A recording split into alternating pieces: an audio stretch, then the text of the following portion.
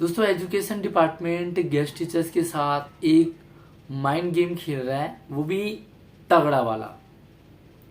इस mind game के कारण गेस्ट टीचर्स कंफ्यूज भी हैं तो परेशान भी हैं। अच्छा, बात जब नौकरी पर आए, जॉब पर आए तो कंफ्यूज से ज़्यादा लोग परेशान हो जाते हैं। इस वीडियो में आपके साथ शेयर करने वाला हूँ 3 बातें। पहला, चल क्या रहा है डिपार्टमेंट में, डिपार्टमेंट कर क्या रहा है। दूसरी इंपॉर्टेंट चीज है कि डिपार्टमेंट ऐसा क्यों कर रहा है, आखिर डिपार्टमेंट चाहता क्या है। और तीसरा इंपॉर्टेंट है कि आपको एज ए गेस्ट टीचर्स क्या करना है, कौन सी बातों का ध्यान रखना है। इसलिए कंप्लीट वीडियो जरूर देखिए और इसी तरह से सारी एजुकेशनल अपडेट आपके साथ शेयर करता रहता हूँ, तो चैनल को सब्सक्राइब जरूर करके रखिए। देखिए, सबसे पहले हमें ये जानना है कि चल क्या रहा है। तो चल क्या रहा है, कुछ तो हमारे आंखों के सामने है और कुछ पर्दे में। आप देख पा रहे होंगे, जहां तक मैं आपको अपनी नॉलेज से बताऊं कि अभी हाल फिलहाल में लगभग 5-6 महीने में इतने गेस्ट टीचर्स की लिस्ट आ गई है, इतने गेस्ट टीचर रिज्वाइन हुए हैं, हद से ज्यादा। इतने तो पूरे 10 साल में जितने भी गेस्ट टीचर्स का कैरियर हुआ है उसमें नहीं हुए होंगे। इन 6 महीने में लगातार गेस्ट टीचर्स ज्वाइन हो रहे। मतलब जो आज तक ज्वाइन नहीं हो पाया वो अभी ज्वाइन हो रहा है गेस्ट टीचर्स में। दूसरी चीज है कि एमसीडी से टीचर्स प्रमोशन हुआ है। अब प्रमोशन हुआ है तो आपको भी पता है कि सीधा ये गेस्ट टीचर्स को हिट करते हैं। मतलब प्रमोशन से टीचर आया और गेस्ट टीचर रिलीव हो जाते हैं। काफी सारे गेस्ट टीचर रिलीव भी हुए हैं। एक दिन में 8-8, 6-6, 5-5 लिस्ट गेस्ट टीचर्स की आ रही है। मतलब धड़ल्ले से ज्वाइनिंग हो रही है। कई सारे स्कूलों में तो ऐसे भी हो रहा है कि ज्वाइनिंग तो हो रही है लेकिन वहां पर वैकेंट पोस्ट ही नहीं है। ऐसे में उन्हें फिर से वापस डिस्ट्रिक्ट ऑफिस भेज दिया जा रहा है। अच्छा, तीसरा है कि फ्रेशर ज्वाइनिंग भी लगातार आ रहे हैं और एक के बाद एक नए सब्जेक्ट की लिस्ट आपको देखने को मिल रहे होंगे। और ये परमानेंट टीचर्स है, मतलब नई ज्वाइनिंग है, फ्रेश ज्वाइनिंग है, परमानेंट टीचर है और ये भी स्कूलों में आ रहे हैं। तो ये भी आपको पता है कि जैसे ये भी आएंगे तो गेस्ट टीचर्स को रिलीव होना पड़ेगा। अब यहाँ पर गेस्ट टीचर्स क्या गेम खेल रहा है, माइंड गेम तगड़ा वाला। कि एक तरफ तो जो रिलीव हो चुके थे, मतलब जिनको 5-5, 6-6 साल हो गए थे रिलीव हुए, उन्होंने ज्वाइन करने की कोशिश की नहीं की, लेकिन वो नहीं हो पा रहे थे। उनकी आईडी को ब्लॉक कर दिया गया था। अभी रिसेंटली डिपार्टमेंट ने उन सबकी आईडी को अनब्लॉक कर दिया और एक एप्लीकेशन मांगी थी जिसमें कि अपडेट किया था कि भाई अपनी आईडी को आप अपनी डिटेल फिल करो और उसे अनब्लॉक कर दो। मतलब आप विलिंग हैं गेस्ट टीचर्स जॉब के लिए।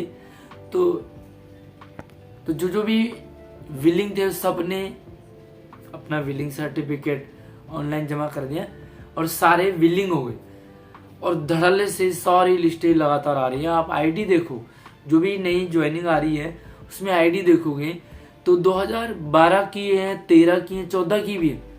मतलब इतने पुराने गेस्ट टीचर्स दोबारा ज्वाइन हो रहे।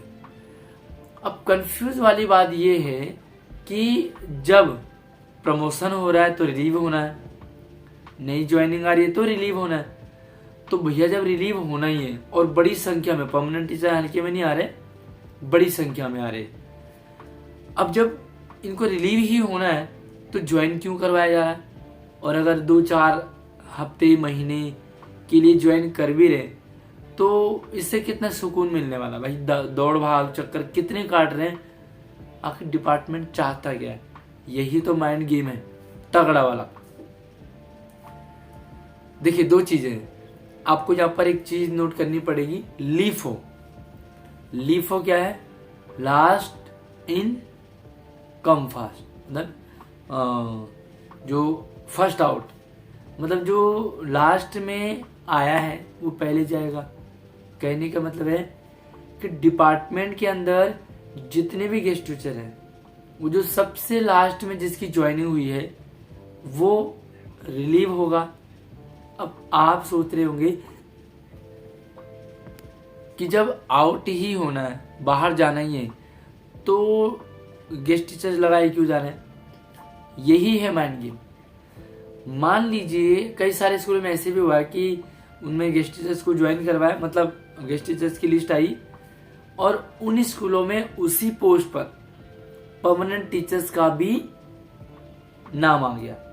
अब परमानेंट टीचर ने तो आना ही आना है, अब एक को हट रहा है। मान लीजिए एक सीट है, 2 टीचर आ गए और 2 टीचर परमानेंट आए, तो 2 को जाना पड़ेगा। लेकिन यही माइंड गेम है कि जाना किसको पड़ेगा। मतलब मान लीजिए सडनली अभी कोई गेस्ट टीचर ज्वाइन हुआ है और वो उसकी आईडी पुरानी थी, उसके वर्किंग डेज काफ़ी ज़्यादा थे। मतलब ये कि ये मान के चलो कि जो भी आपके स्कूल में है उनके वर्किंग डेज कम है, वो फ्रेशर थे, नई ज्वाइनिंग थी। और जो नई लिस्ट से गेस्ट टीचर ज्वाइन हुआ है उसके डेज अच्छे थे, ज़्यादा थे। अब जो नई ज्वाइनिंग आ रही है उसमें अब देखो डेज 1500, 1800, 2000, हजार भी डेज है। अब मान लीजिए आपके स्कूल में 500-700 डेज वाले काफी सारे गेस्ट टीचर हैं और जैसे कोई परमानेंट आया तो जो अभी ज्वाइन हुआ है ना वो नहीं जाएगा बाहर कौन जाएगा? वो टीचर जिसके वर्किंग डेज कम है, लीव हो, लास्ट इन फर्स्ट आउट। तो भैया जो आप कह रहे होंगे कि जो अभी अभी आया है गेस्ट टीचर उसको जाना चाहिए, वो नहीं जाएगा क्योंकि उसके डेज ज्यादा है, तो यहाँ पर डिपार्टमेंट चाहता है क्या, मैं वो आपको क्लियर कर दूं। डिपार्टमेंट चाहता है कि जितने भी पुराने गेस्ट टीचर हैं, जितने भी एक्सपीरियंस वाले गेस्ट टीचर हैं, जिनके भी वर्किंग डेज अच्छे हैं, जिन्होंने लंबे टाइम से काम किया है लेकिन किसी कारणवश वो रिलीव हो गए थे, उन्हें दोबारा ज्वाइन कराना किसी तरीके से, ताकि वो ना रिलीव हो और रिलीव वो हो जो अभी अभी रिसेंटली गेस्ट टीचर्स जिन्होंने ज्वाइन किया है, जिनके वर्किंग डेज कम है।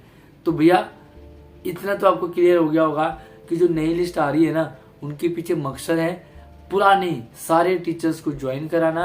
और भैया परमानेंट टीचर्स तो आएंगे, प्रमोशन से भी आएंगे, तो ये हिट करेंगे कम वर्किंग डेज वाले को।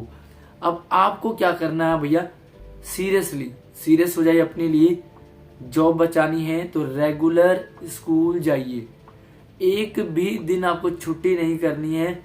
और एक दिन कितना भारी पड़ सकता है उस टाइम जब डेज देखे जा रहे होंगे और आपका एक दिन कम पड़ेगा ना, वो मुश्किल पड़ेगा। इसलिए सैलरी तो बनेगी आपकी, रेगुलर स्कूल जाइए, एक भी दिन छुट्टी नहीं करनी। गेस्ट टीचर्स को साथ में, अगर आप कहीं ट्रांसफर वगैरह का सोच रहे हैं तो भैया ऐसे जगह ट्रांसफर लीजिए जो आउटसाइडर हो, पहली बात ऑन रोड ना हो, दूसरी बात उस स्कूल में गेस्ट टीचर्स की संख्या काफी होनी चाहिए। ऐसा ना हो कि आपने एक ही गेस्ट टीचर था और आप वहां चले गए ट्रांसफर होके, भैया परमानेंट आएंगे आपको जाना पड़ेगा, एक ही है।